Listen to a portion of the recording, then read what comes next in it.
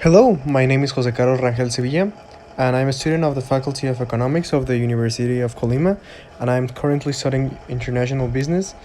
And well, today I will be presenting a comparative table on macroeconomics by the professor Miguel Ángel Tinoco Cermeño.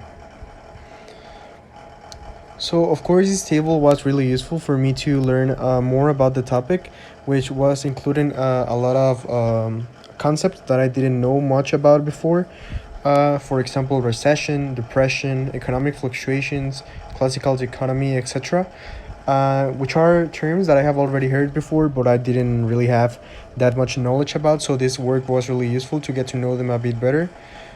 And well, of course, to introduce this work, I would like to say that what I could say to introduce this work is that the aggregate demand and the aggregate supply model describes how the demand and supply connect in an economic system, which of course we can see in these different terms that will be shown in the table, that all of them connect both the demand and the supply in the economic system.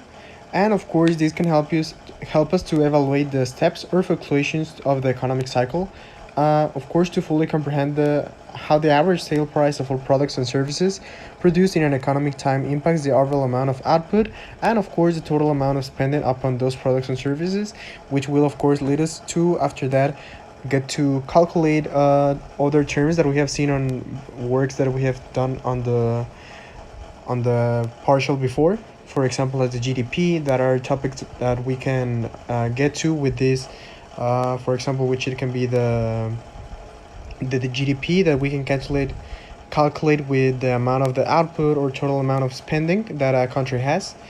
And well, of course, what I was able to see is that, for example, the recession and depression all show different situations in which a country has a bad economic moment.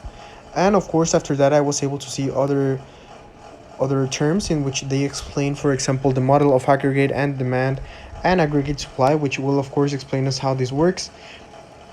Also included to the wealth effect, and also different rate effects that will be, for example, the interest rate and the exchange rate, that when I read them, and I was able to understand how the interest affects the rate and how the exchange affects the different prices.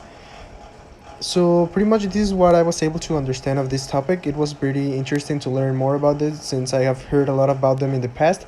For example, when there was like in the typical topics that we were taught in history class about the depression of different countries or bad moments that they had in the economy, and now I was able to fully understand what was the reason behind those bad moments that they had to go through different countries on their economy.